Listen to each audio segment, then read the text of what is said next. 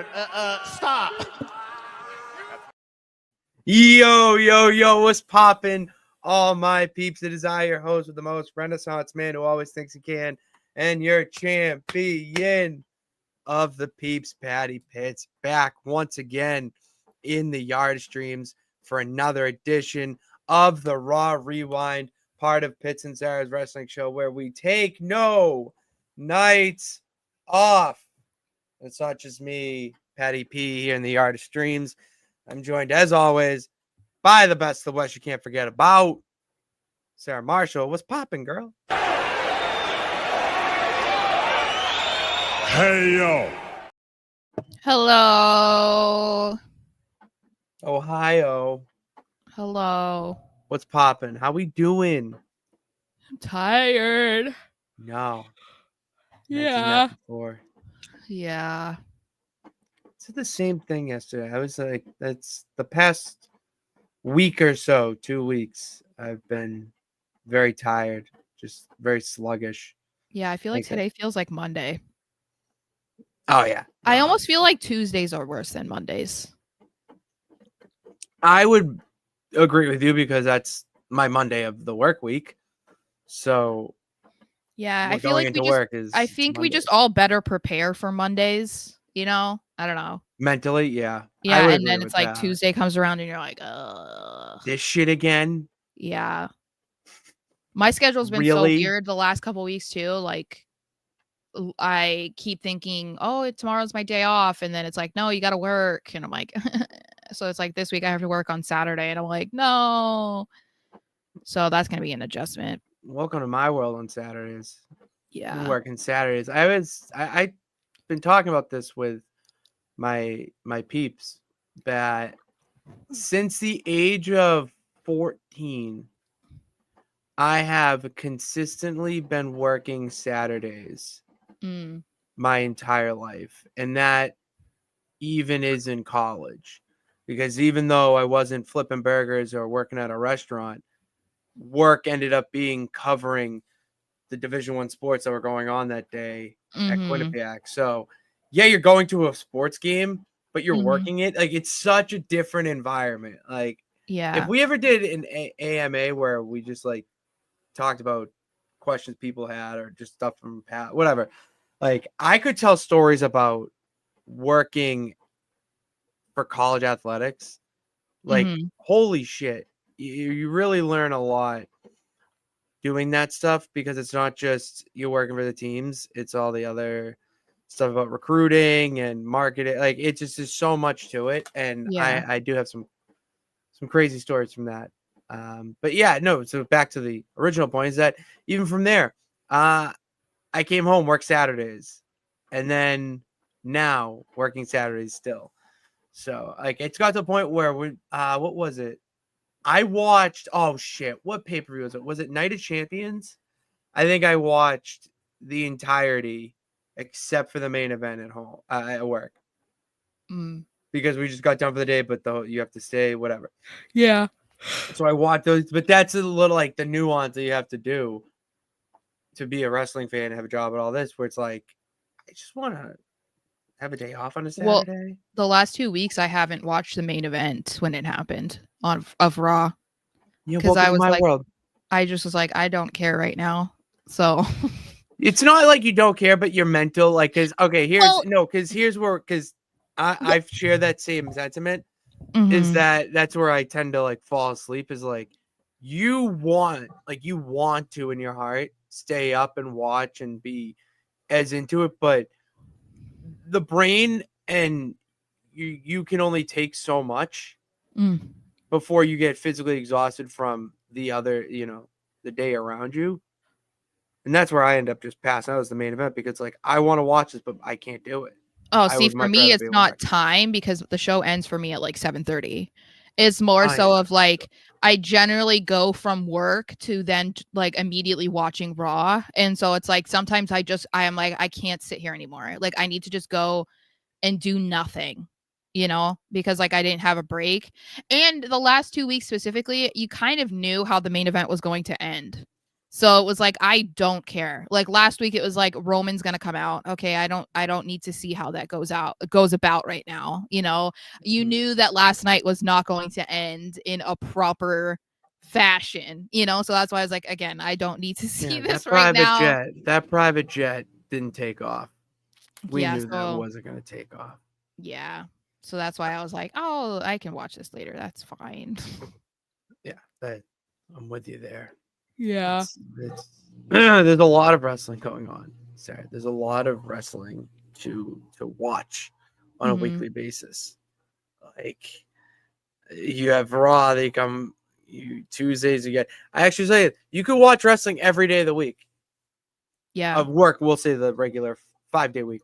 Monday Raw, Tuesday NXT, Wednesday, if you're a WWE homer, you're gonna watch Evolve. You're not, you're gonna watch Dynamite. Thursdays, Collision and TNA. And there's Beyond Wrestling does Thursdays too at the White Eagle, I think. I don't know if they still do. But anyways, and then Friday SmackDown. So you can technically watch wrestling every single day of the week. And then during a pay-per-view week, Saturdays you can watch WWE pay-per-view. Sunday you can watch an AEW pay-per-view. Everyone else, you watch every other pay-per-view. Like, yeah, that's the beauty of it. Did you see they announced Bad Blood is going to be on the same night as All Out? Yeah.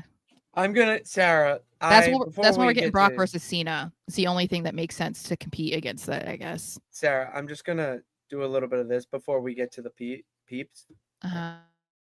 So hear me out. Hear me out. All right. Enough of the logo. Point is, I like that WWE book shows on the same day as AEW. I would like it if AEW did the same thing to WWE. I would like it if AEW did it to TNA and vice versa. I like it because that's competition. That's reality. It's forcing both companies to put on a bigger show because they know they're directly competing with each other. Exactly. In business, it doesn't matter what the field is. You're not going to have your competition just matador defense style and let you have what you want. No, they're going to put up a fight. And as wrestling fans, we should remember that the best time in wrestling that everyone goes back to for their happy place is the Attitude Era. The Attitude Era only happened because WCW was trying to kick WWE out of business. Look what happened. You got the best of WWE, you got quasi best of WCW, and then it went downhill. You get my point. All right. Yeah. Look at what happens right now. Like, it is a good thing, and I will scream it from the rooftops, the mountaintops, that it is a good thing. And I'm so sick of seeing the IWC and even some wrestling content creators bitch about this. Well, because the thing is they don't really explain what their frustration is other than it being like, of course, WWE would want to put it on the same day. What's the problem, though? Because if you look at it from AEW's perspective, they seem to feel fine going up against WWE because they tout their numbers when they do. So then what's the problem with a PLE going against a pay-per-view? I don't understand. What's the issue then? There's no issue. It feels like it's more so of a... I was going to say, it feels like it's coming from an AEW tribalist.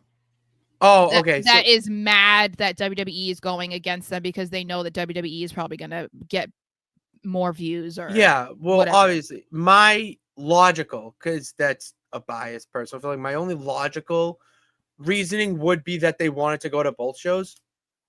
Yeah, and that's generally at this point, not what like, it is. Yeah, exactly. Like, I wouldn't be that butthurt about not being able to go to both in the same year. Like, that's just not like.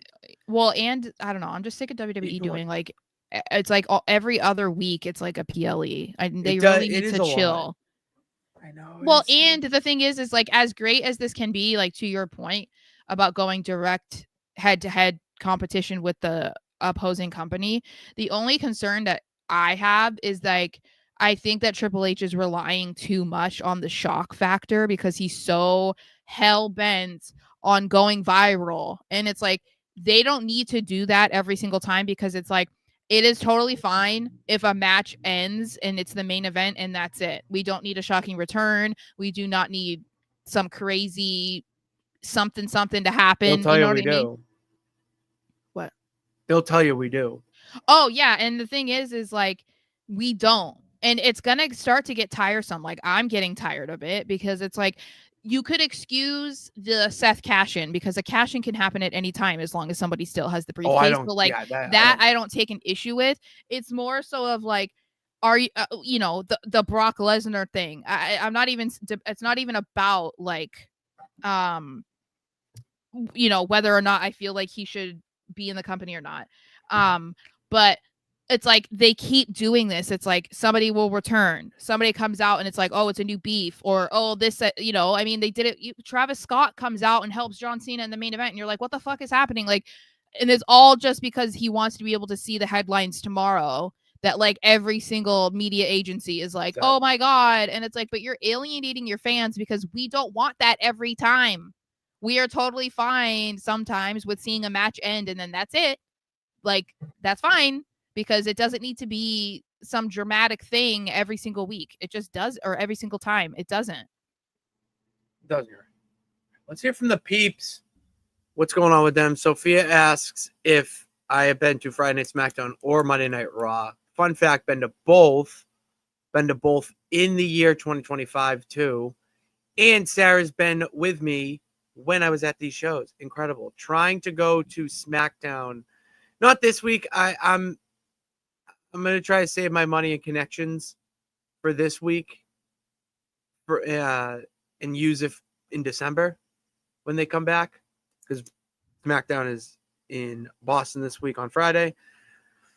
They just announced a Raw coming here in December also. Yeah. Like, I'd much rather go to that right now. Just I would rather wait and use my connections for December. Like, that's what it matters. I will say that I did go to Limitless Wrestling over the weekend, Sarah. Mm-hmm. I'll give it more of a, I'll talk about it more on Thursday, but just got to get it out now. Limitless Wrestling shows are some of the most fun wrestling shows that I go to. Mm-hmm. They really know how, like Randy Carver, the promoter, really knows how to book a show, not like match wise, but stars. Like, you had the Hardys main eventing the show, and they had you had the Hardys main eventing the show. Mm-hmm. You had the Vacationland Cup before that. Like, it was just such a really good show. It was such a really good show, and I love going to them. And I got to see my guy Anthony Green, my new gym buddy, Alternative AG. It's cool to see. Like, I saw him the first time I ever went to Limitless, and now I'm going to watch him, and he's been all over the world in Japan and other promotions. So it's just like, it's really cool.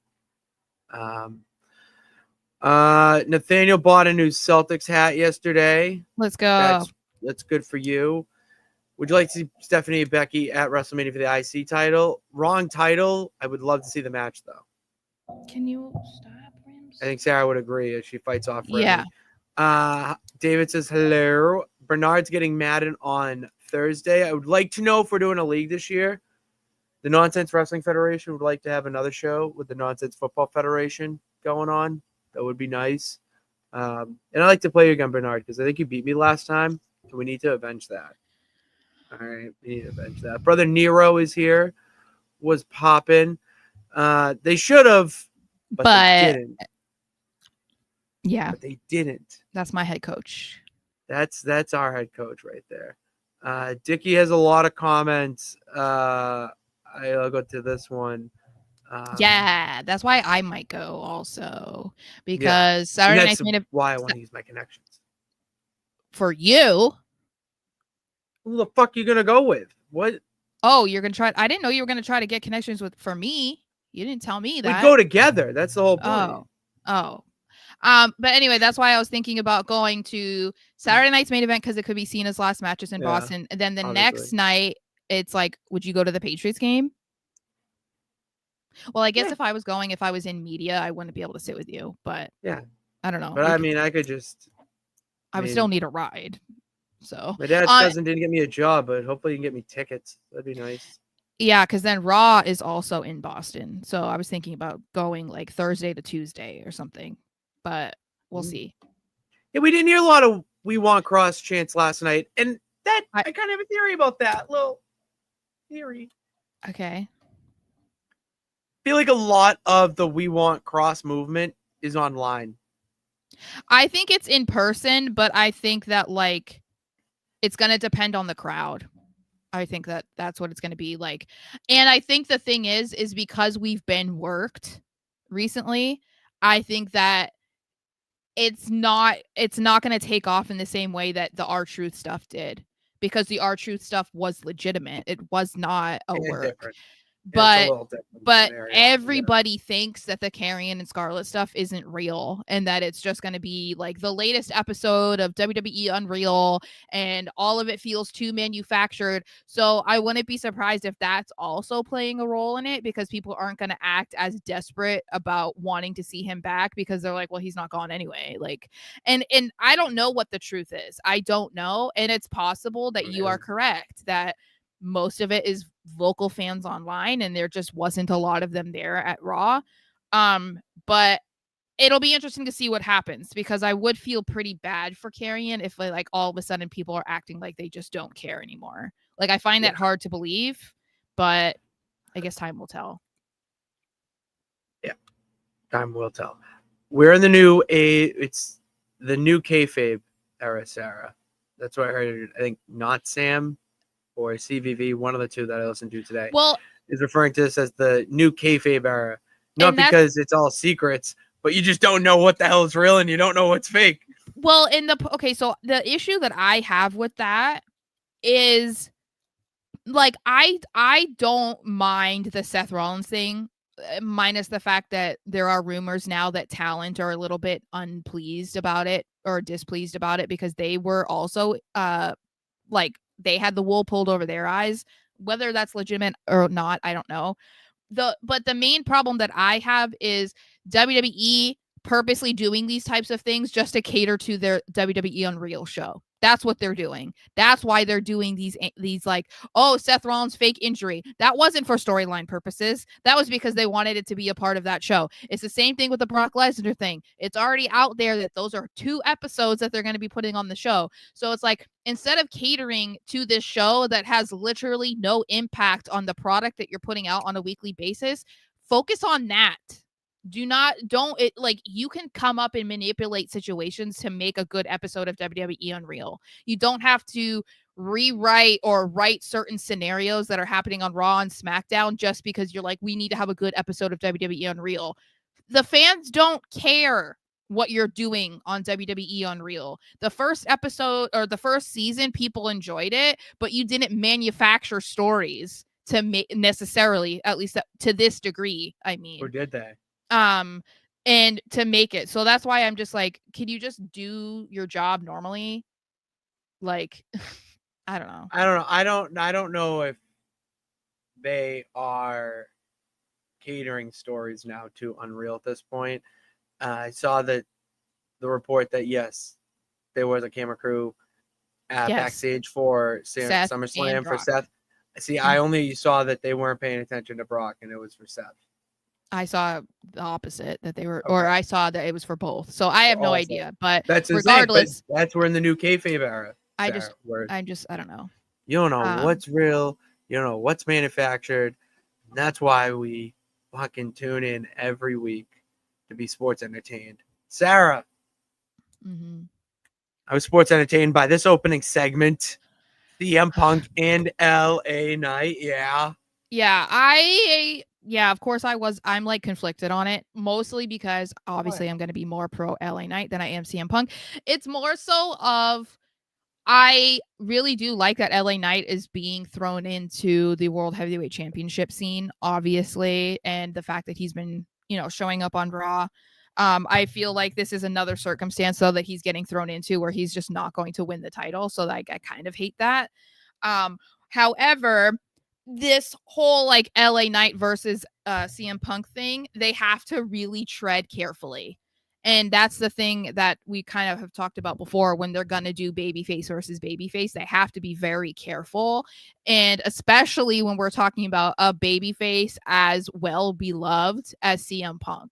Nobody, for the most part, is going to be chosen over CM Punk. It's kind of like the same thing with like Rhea Ripley right now in the women's division. Like, you're pretty hard pressed to try and get another babyface over Rhea Ripley. Like, it's just not going to happen. And so I just hope that they are careful with what they're going to do with LA Knight and CM Punk, right? Because like LA Knight is not going to leapfrog CM Punk in the eyes of the fans. Do you know what I'm saying? Like they could quickly turn on LA Knight in favor of CM Punk. So that's why it's like you have to be very careful with how you're handling this story moving forward. What do you think of Seth or CM Punk saying that Seth is trying to follow in his footsteps? I think it's just like an old talking point that I don't really understand. Like, I see it a little bit. Like when the vision when he mentioned that, immediately the vision turned into the Straight Edge Society. I mean, I saw parallels. I sort of, but like completely different though, because the whole thing was about being straight edge. Like, yes, but and he was. I would say there are almost more parallels between the Straight Edge Society and the Wyatt family, because it was more of like a cult mentality. Because CM Punk was like the cult leader. Okay. I mean, they were shaving their heads and like following his every lead. You know what I mean? Like, they're also following every lead too. Yeah, like, but it's still not like, I don't know. They're not. But the point is like leading his faction. Like he's the head of I guess I don't. He's been mentioning this since he came back, and this whole Seth versus Punk thing has been happening. But I feel like you have to kind of really dig to see, okay, what is super comparable. Like, I don't see it. It's like, oh, is it because they both like rock music and like their entrance themes have been rock? Heavy. Like, I don't see it the way that Punk sees it, but I don't know. Well, he got mad about it, and then that's when LA Knight came down. Yeah. So do you agree though that they need to be careful with how they go about this? I mean, because now we were not going to talk about it yet, but Jey Uso is thrown into it now too. Again, LA Knight is not going to get more over than Jey Uso right now. In my opinion, to have an LA Knight Punk feud, they're not too concerned about face, heel, bad guy, good guy. They want a reason to put these two together where it makes sense. You're invested in it, so that we don't have that thought of, oh, but it's two good guys against each other. Who do I root for? Like, you're just so invested in the story that you just want to see this feud happen. I mean, I understand that. I also the only thing that I worry about though is just because I feel like LA Knight is still in not like a vulnerable place, but he kind of is. He's not at a CM Punk level. He's not at a Jey Uso level. So like he still needs that rub. You know what I mean? Like he could benefit from partnering with CM Punk more than going against Punk is all I mean. So they just have to be careful because it can be a slippery slope. It can be really good and it can work out well for both of them, but they also just have to be very careful because like there are certain wrestlers that are kind of deemed untouchable in the fans' eyes, and CM Punk is one of them. So like if you put another guy against him that the fans love, a lot of people are going to pick and choose who they root for. People are going to pick CM Punk over LA Knight by a large margin. So that's why I just mean like you got to be careful because if you're trying to build up LA Knight as a top guy, yeah, you do. Yeah. And sorry, what I read a comment. Yeah, obviously I saw it. What I'll add is that when you have two guys like Punk and LA Knight, it's two guys who, you want to cheer for, but they also don't mind being the bad. Like they can turn on a crowd. Like they can work. Well, being because the I bad think guy. they're similar to like, and I'm not saying they're the same, but I feel like they both have that trait in them that's similar to like Stone Cold Steve Austin. You know, where like they can be like a super over baby face, but like they will look or act like a heel if they need to, but that doesn't mean that they are.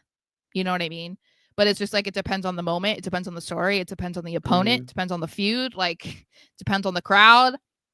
Because like neither, like, you know, if you're looking at LA Knight and CM Punk in this situation, neither one of them are wrong. Punk won the title at SummerSlam, so he wants his rematch. LA Knight was, you know, his match was broken up, so he wants another match. Like there's nothing you can't pick one over the other based on argument, you know. Yeah, and I'm watching this. I am invested in this and want to see them feud because of their interaction last night.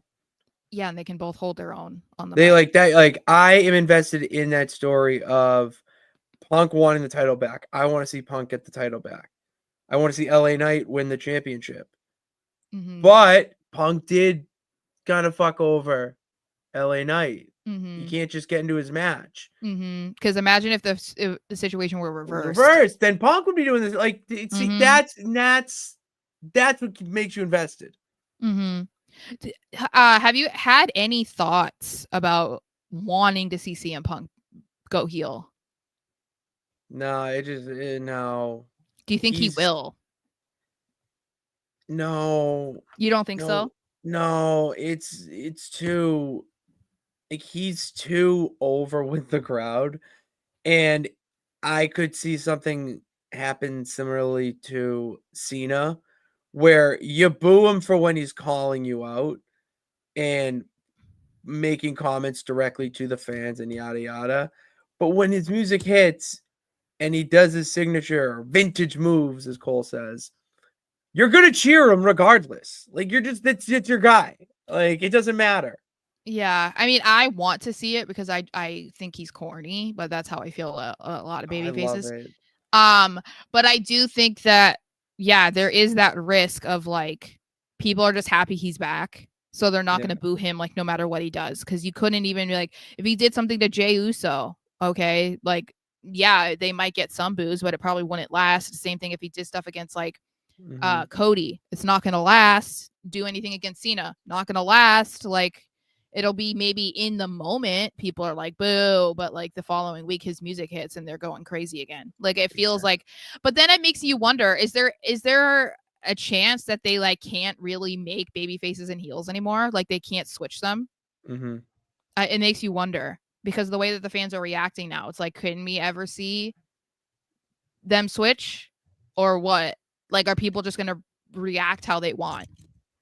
You know, they're not buying into it the way that they used to be, the way they used to. Wrestling fans are a lot smarter now. Yeah, well, everything is way too available for us, you know? Like, you can see that, you know, Seth Rollins isn't this, like, weirdo dude in his normal life, you know what I mean? Like, Jey Uso doesn't really go around saying, eat, so, you know, or, like, I don't know, whatever. I listened to Zilla Fatu interview today. It talks very similarly to Jay. It was so like annoying. Listen to a younger Jay. I liked it. I thought it was a fantastic interview. Yeah, and Jay's having a good old time with Jada Parker. That's cool. Anyway, AJ Styles and Dragon Lee partnered up, but they got taken down by Dom and his new friend, apparently, El Grande Americano. So they were friendly before their match at AAA this weekend, which I thought was interesting. He was invited into the clubhouse. I know. He was Sara. Oh my God. I don't know why it's so funny. It's like, I don't know if it's just killing it. He's doing such a good job. It's so funny. Like, I just was laughing at him standing there. It's like you can't even see his face, but you can just tell he's making kind of like a, you know, because he's just like standing there and they're like, what the fuck are you doing here? And he's like, you know, like just looking like innocent. And it's, I don't know. It's just funny. It's entertaining. I saw something online. It was the picture of him next to Judgment Day in the clubhouse, and the caption was "My created character in the career mode." Yeah, for Like that, real, just he though. was so out of place. Yeah, it was awesome. It was great. Yeah. But I do like how Dom does that, where he just like will randomly befriend somebody and then he just like brings them around, and it was like, okay, what is going on here? What's going But on now, Dom? no one feels more out of place than El Grande Americano, though. Like, what is happening? Finn calling Dom out for it, and then Dom being like, "Well, I'm the king of the luchadors." It's like, I know. It's the adrenaline in his soul. Okay, it's the adrenaline in my soul. Yeah. Oh, golly. And then I also love when he comes out and he has the mask on. And then I remembered about him saying that he had considered wearing a mask. And then he said that he was too good looking, so he couldn't wear a mask. And the reason his dad wore a mask is because his dad's ugly. And I was like, Dom. He's gonna be one of the greatest of all time. I'm telling, like, he's going to be one of the greatest of all time. You know, the thing is like the fact that he grew up around the business is obviously a huge 20-year vet. Yeah, is a huge benefit for him because he understands it in a way that it takes other people a long time to learn. But he also spent a lot of time, obviously, with like Eddie, who I would argue is like one of the best talkers, heels, performers, whatever. Performers. And Absolutely. a lot of what he does is like similar to what Eddie did, or the way that he, talks. It's like he's being serious, but he's got those one-liners where you're like, oh my God, that's hilarious. But it's like, people are still like, oh, you're so irritating. It's like, it's so good. Very Eddie of him. So I am interested to see what happens at AAA, because that is this weekend and it is for the championship. And there were rumors that Daddy Dom is going to be a double champ. So I need it. I'm curious to see how El Grande Americano does, because it is Ludwig Kaiser. Did you hear those chants for him last night saying like Ludwig? Yeah, that's not Ludwig. him. Yeah, I was like, oh my God, him. Stop it. Stop outing him. That's not him. Like, I love it. Like, that's just, wrestling fans are just on a breed of their own, man. But it was really also funny because they're like, so many of them are French Canadian. So it was like, let's go Ludwig. Like, it wasn't like, like you could just, Ludwig. It's like, what? You had to really listen because those accents. That's what's always funny. I think even when they go to Europe or whatever, it's like their accents make the chant sound so much funnier, I guess, Anyway, then I would say that at the beginning of the show was definitely like match heavy. And yeah, we went right from that match into Sami Zayn, who he wanted another match on Raw to prove that he deserves a spot in Paris, or at least getting closer to the World Heavyweight Championship, which I'm just sick of it. I'm just like, I'm sorry. I love Sami Zayn, but it's funny because Sami comes on the screen and my sister just looks at me because I'm just like, oh God, here we go again, because I'm just like, oh, I just want to be World Heavyweight Champion. I'm like, actually, you've said in interviews that you didn't want to be World Heavyweight Champion, so it's really hard for me to buy into this. Your hatred right now for Sami Zayn is... It's a love-hate relationship, because it's like, I love really Sami, but then I'm also like, dude, you're so annoying. Like, go away. But anyway, so we had Sami versus Rusev. Obviously, it did not end how anyone thought it would, because Sami was like, hey, don't get involved, Sheamus. And he did, but not until after my tribal chief and his MFTs came out to spoil the match for him, because of course we saw he pinned Solo last week, which I fucking hated that. I hate when champions are pinned in non-title matches. You do. Hate it. You have mentioned that before. Yeah, I hate it. So I guess, we're talking about this. We talked about how, okay, Sami is moved on apparently from Karrion Kross. We don't know what's going on there. So is the new direction for Sami feuding with the MFTs, and why? I don't know. Like, I really don't know that off the top of my head, Sarah. The loose explanation that I can give is that bloodline, like... Oh, that's all I can think of. I wouldn't be mad at this. They gotta move Jay back to the mid-card or tag team scene. War Games! I know. That's why I told you bloodline shit would be in the War Games. I told you that and you told me no. Okay. But I do think that's definitely possible. But it's funny because Sammy's on Raw. They're definitely intermingling on shows way more than they want to generally, because Sammy showed up on SmackDown simply because it was in Montreal. And he's on Raw.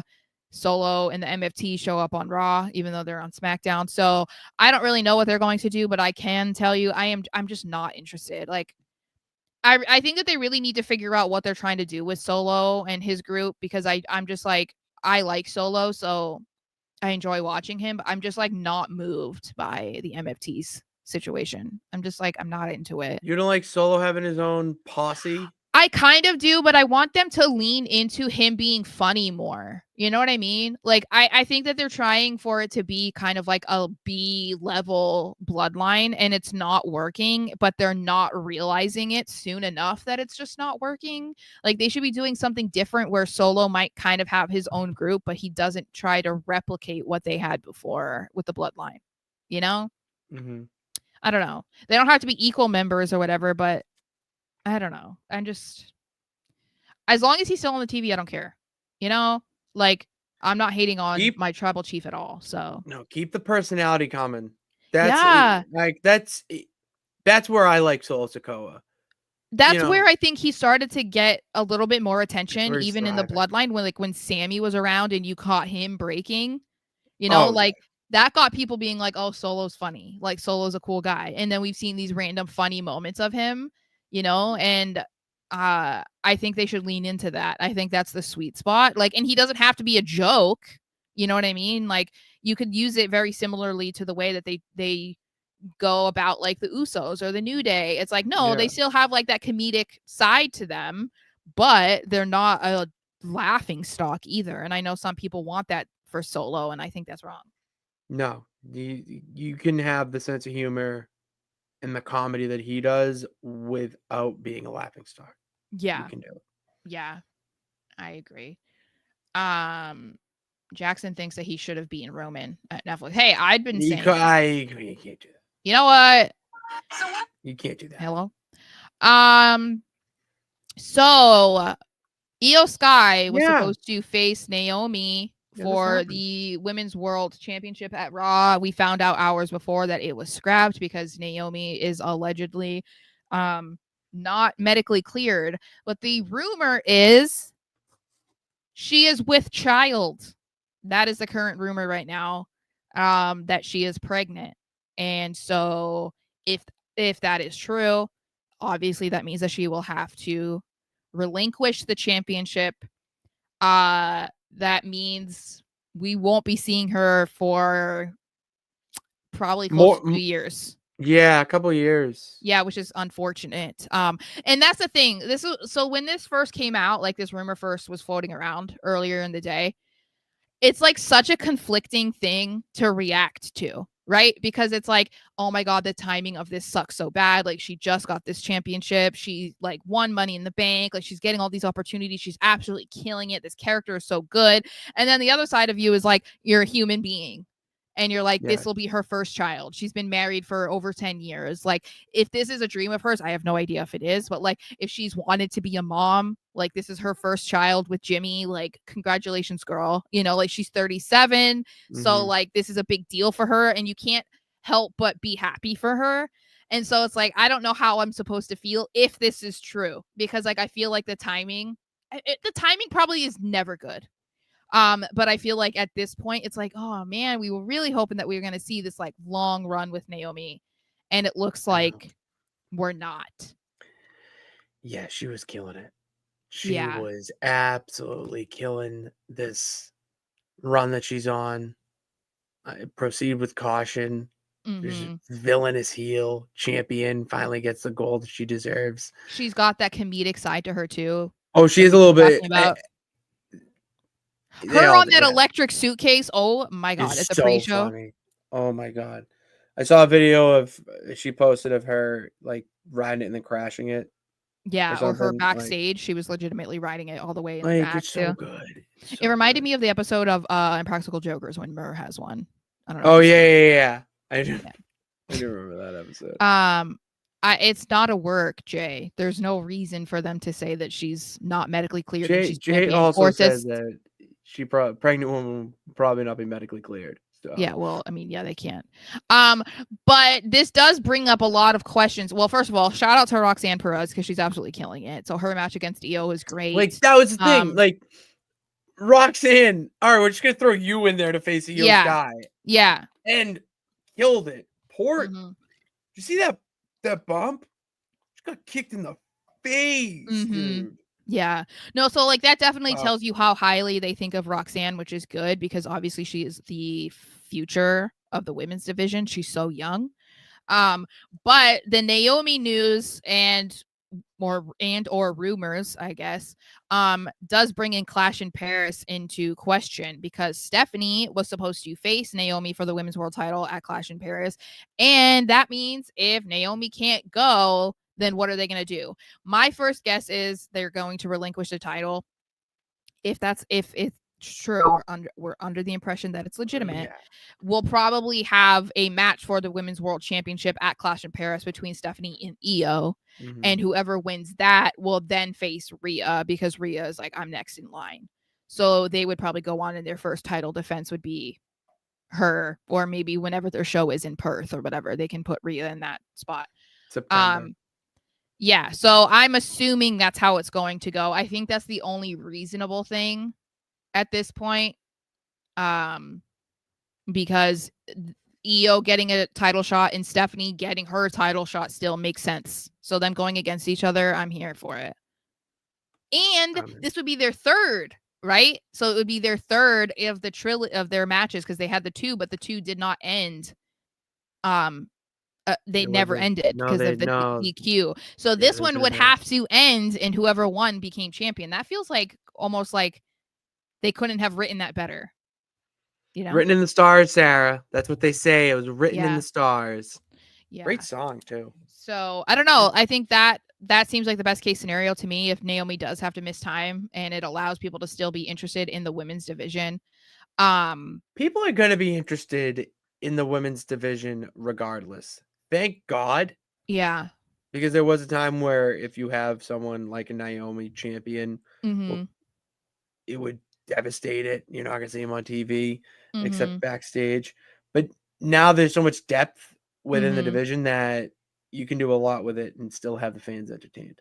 Yeah. Yes, we all thought Seth's injury was legit, but also he wasn't a champion. They're not going to lie necessarily about a champion. And the thing Money in the Bank is a year long. It's a contract. Naomi had a match for the title against Stephanie Vaquer. They're definitely not going to do something that screws over Stephanie Vaquer. You know, like they're trying to make her a big deal. Seth was Money in the Bank winner. Yeah. Money in the Bank is a contract that you can have it for a year. No one's challenging you for the Money in the Bank briefcase. You could be out for 10 months and then your return is you cashing in the Money in the Bank and becoming champion. That hasn't been done yet. Watch that happen, Sarah. I do think that this might be why they move Becky back into it eventually. Like, I do think that Becky, since we're going to talk about Becky, I do think Becky loses to Bayley. That's my guess. And then Bayley and Lyra feud. Yeah, and then Becky can move into the main event scene again. But anyway, Becky Lynch, of course, because she was, I don't know, they were talking some ish to her backstage. She took up Natalia's challenge only to face Maxine Dupree. And I would just say that this match did a job, I guess. Like, I wasn't all that thrilled about it because I just felt like from the get-go, you could tell that they were definitely trying to get Becky to cater to Maxine to make her look good, which is fine. But like, I also don't love, again, that they're making a champion look weak to somebody as inexperienced as Maxine. Like, I don't know. I'm not saying that she should have come out and dominated, but I just don't love it. I know that that's not surprising to anybody. Like, I didn't even really love the finish, but I thought the finish was the best part of the match. That was the cleanest. I mean, part of the match. It was nice. It actually transitioned really well. I feel like, I guess it made the most sense. Because it doesn't make Maxine look bad, you know, because if she just took a pin, then I guess like in a quick one, then it doesn't look good. She tapped quickly, which I think that's fine. It definitely seems like they might be trying to like maybe elevate Natty. I don't know. I do think is building towards Natty Neihart. We're not seeing Natalia, and we're seeing Natty Neihart coming soon. Like, do we think that she loses the title to Natty though? They need to put Natty on TV more. Yes, because this is the thing. 99% of the time, and I'm saying this in the most respectful way, it has nothing to do with a lack of talent with Natty, although she sucks on the mic. No one cares about Natty most of the time. She doesn't get a reaction, like, ever. Like, and she almost never has. It's just like, they need to have her more on TV because obviously she's only been doing these backstage segments, but they need to get people to try and care about her if she's going to beat Becky. So you gotta watch Natty Neihart then in GCW. I know, like, but that's not the same crowd that watches Raw. So that's what I'm saying. Bring that over. Sure, that's how you make it. That's why I'm saying they need to do something to make people care about her because they've tried time and time again with Natty and it just does not work. Because it's too squeaky clean. That's why. And that's why I feel like you're saying it right now that, her mic, she's not awesome on the mic because it feels like it's too forced, squeaky clean babyface. Where if you transition her from the GCW Natty Neihart into a WWE version of Natty Neihart, you could get some fire on the mic with Natty but then also in the ring, you could be having banger matches, and that's a way to elevate the Intercontinental Championship. Yeah, I don't know about the mic work because Natty's not very good on the mic, but I think if you let her loose, she would cook. I think that it is interesting that they have let her do this, and like have this completely different persona outside of the company and then not utilize that in the company. Like, I think that's weird because obviously I would say Natty's basically been the same character her entire WWE career. And there's nothing interesting about it. She's just Natalia, she just used to be with Tyson Kidd and Davey Boy Smith. That's it. Yeah. Like, and they need to do something to spice her up. I mean, they got rid of Shayna Baszler. So there's definitely like room in the division for them to have like a hard nosed, like tough fighting chick. And they can make that Natty. So, I mean, and I think people would be interested in it. They just have to try. I mean, I just question if it's going to work. That's all, just because of how many times it has not worked with Natty. That's the only concern I have. I'm going to argue with Dickie here a little bit. I feel like they do, in a sense. They don't want to book the entirety of it, and they want to book the badass version of it, and haven't found an organic way to introduce that into television. That is the issue. They want to bring Natty Neihart into WWE. They've seen what it does. She's killed in GCW. She's fighting in AAA. Like, it needs to happen. All right, that's all I can say, and it will be coherent and make sense. Like, it needs to happen. That's it. That's it. All right, I'm clapping, stimming out right now because you need to bring Natty Neihart to WWE. So we got a video of Bayley, and I really do like this realistic tone that they're leaning into with Bayley right now, and I feel like they kind of left it up for interpretation, like what you took away from that video, right? Because you could watch her and listen to what she was saying and dissect it and whatever, and you could immediately just be like, okay, this is a girl that's lost. She's feeling really down. She's sad. Like, maybe she's questioning if she wants to keep doing this, right? And then the other way, it's like you look at her social media activity, you listen to the like maniacal laugh that they had during the video, and you're like, okay, this chick's going crazy, right? So it's not clear yet, but I'm so intrigued in this because I really think that this might be the most complex character that Bayley has ever played. And I really hope that they do good by her because she has been screwed over the past year, getting taken off of WrestleMania and then like not having a great title run last year after she won at Mania. I mean, she beat Io Sky, after that long drawn out feud with Damage Control. For some reason I kept wanting to say Judgment Day. So I think that she's in a really good place that she could be a really interesting character. And it makes you wonder, is she going to stay a babyface and be cray-cray? Is she going to be psycho and a heel and be cray-cray? Like, what are we going to do? I don't care because I'm interested. Like, I'm invested. I'm so fascinated in this. Yeah. Dickie has it in the comments, like a split personality. And that would be, oh my God, what if she's the female? That's the female complexity. Like, if okay. I'm joking.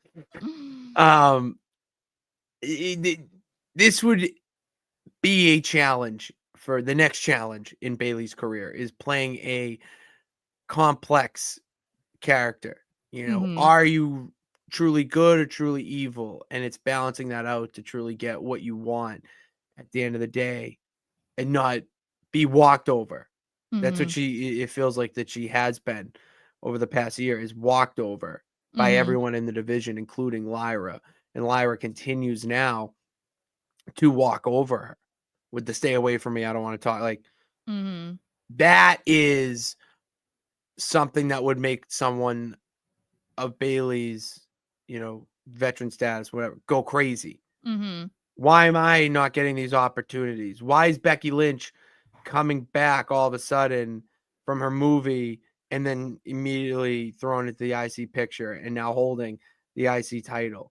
And why are these people like, there is a lot that you can do with this, and because of how versatile Bayley is, you could throw her in a few, like put her right in the title picture, or she could feud with someone that's little maybe on the mid card, lower card. You could even have her go down to NXT. What? Not that they need it by any means, but you could, because of where Bayley is in her career right now. So that's what makes me interested in it. In that that you can see something building. You can see something building. And they have a lot of history with her and a lot of stuff that they can build upon. I mean, Jay mentioned it. I don't agree with him, but about the 4 horsewomen, it's like Bayley is always one of the ones that's completely disregarded. I would say it's always like Bayley and Becky are the ones that are generally like glossed over, because it's always about Sasha/Mercedes and Charlotte. That's what it always is. But Bayley could definitely incorporate that into the character too if she wanted to in some way, because Charlotte is a champion right now. Becky is a champion right now. We know she's BFFs with Mercedes, and I know that she can't name drop her on TV, but like that's another one that's got like 18 titles. So it's like, to be exact. It's more. Yeah, there's a lot of stuff that they can do there, and I think that's an exciting part for Bayley, because she's another one that's just kind of floated around being Bayley, and it's like, okay, but who is Bayley? You haven't had as much of an identity since she was the hugger in NXT. Basically, since then, she's just been like Bayley, if that makes sense. Like, all right, and then we get into interesting. The main event, which was the Bronsons, the tribal thief with the Shula Fala with Braun, I'm Too Tan Breaker, versus CM Punk and LA Knight. And you knew from the beginning, because the Bronsons are a real team. CM Punk and LA Knight obviously made their feelings known about each other at the beginning of the show, and they are not fans of one another. That this was not going to end normally. No. And that's exactly what happened, obviously. And it was really just a setup, as I say, for Clash in Paris. This was just the way that they wanted to set up the main event of Clash in Paris, which is CM Punk versus LA Knight versus Seth Rollins versus Jey Uso, because Jey Uso was like, hey, I didn't get my rematch for the title. I want my rematch. So they threw him into the mix. That then also makes it seem like we're going to get Bronson versus Roman at Clash in Paris. So that's basically the only purpose that this main event served. Well, here's the thing to me, Sarah, is that Roman needs to fight Bronson Reed to get back the Shula Fala. They need to fight over the Shula Fala. He needs to add a third pair. Just keep adding more. Just keep adding more shoes, okay? And then you can wrap it around each other. They can make it so long that they all come out in a straight line and there's just shoes around them, And then they can start playing the song from the internet, Shoes, Let's get some shiz. Yeah. Oh my God. Did you see he performed it? At No, like really? he's performed it. He performed it at like a gay club a while ago, and then he was just like at a festival and he was doing it. But he's like dressed up as Kelly doing it. So in the exact same outfit. So funny. I know. I'm like, can you imagine? He put that video out like 20 years ago, and he's probably like, "What the fuck? Like people still care?" It's like, yes, we do. We still do. We do. We do. We do. You're damn right we do. Mm-hmm. Yeah, so that's what it looks like. Clash in Paris is starting to shape up a little bit. Roman is supposed to be on next week and the week after, I think, on Raw. So we'll kind of get a little bit more about that. He no-sold the shit from Raw last week anyway, because he like immediately got up and whatever, and then he was on TV shows the next day. But they're gonna have to do something, and I guess him going against Bronson Reed, maybe he'll get a couple tsunamis, and that's the way that he is written off for the movie. Yeah, I wouldn't be surprised if the match doesn't really end. You know what I mean? I do think that's the best case scenario, that they need to put Bronson over. But I wouldn't be surprised if it just ends in a DQ or something, where they just keep beating the shit out of Roman and that's how it ends. Mm-hmm. You know? Also interesting because that won't be the main event. Probably be the opener. Not be. It'll probably be the opener again because Roman, 1, will want to get the fuck out of there, and 2, that opens Bronson to be available for the main event. Oh, that's true. You know? Yes. But Roman will want to pull a Brock and be like, yeah, put me on first, because if I'm not last, I'm first, and I want to get the fuck out of here, and then he leaves. The crowd would get hyped, though, for Roman to start the show. I mean, you know, you gotta serve a purpose, and sometimes that's your purpose, you know? But anyway, that was Raw. That was Raw, Sarah. And before we close the show, we just had SummerSlam 2 weeks ago. Mm-hmm. In the Nonsense Galaxy, it is SummerSlam this week. And guess what, Sarah? It's a 2-night event. I know. Why is that important? Why is that important? Because we're going to give you night 1's card tonight. And that's what I'm going to fall asleep to. And then we'll talk about night 2 on Thursday.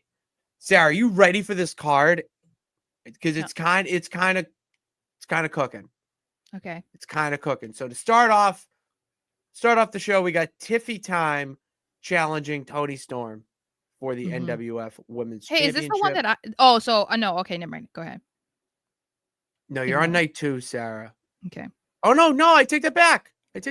We'll get there.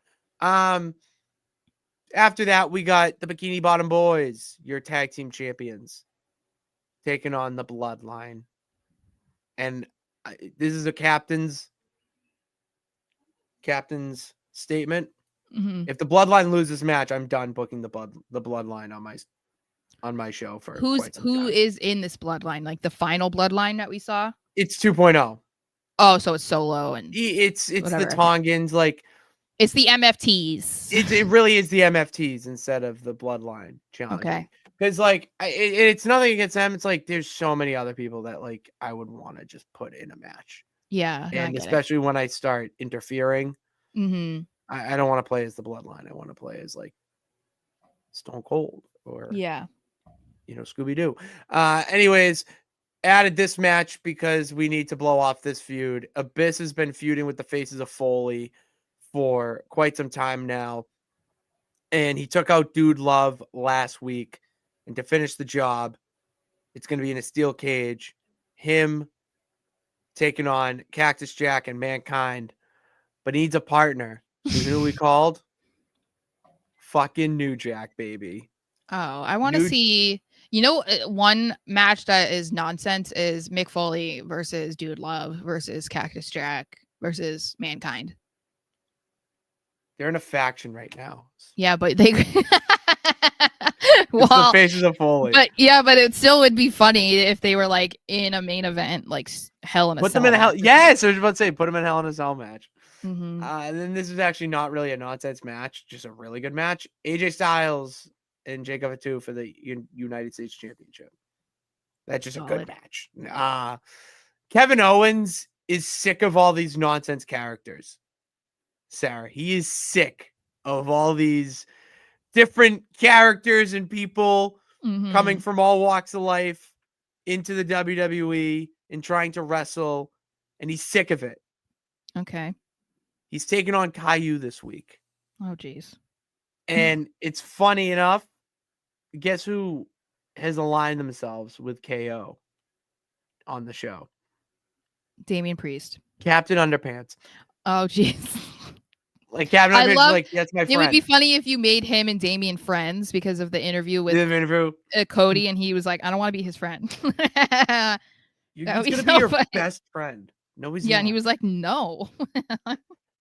Bianca and Jade are defending the Women's Tag Team Championship against you and Trish Stratus. Let's go.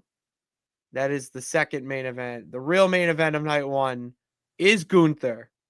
Sarah, it is Gunther taking on his now rival after last week. I don't know why. Super Mario. Oh. Don't know why, but the computer did it. I'm rolling with it because it's nonsense. Gunther and Mario is your main event for night one. You know what I found out?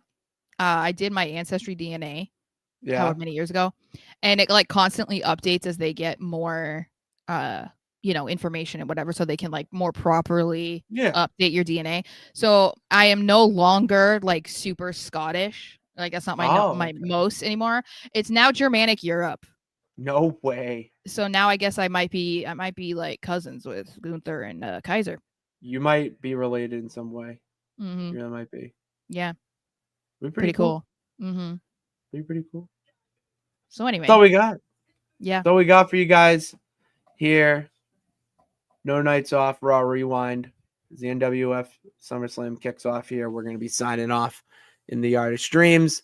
We'll be back on Thursday for the Super Show, talking all things wrestling from Karrion Kross news. We didn't hear a lot of We Want Cross last night.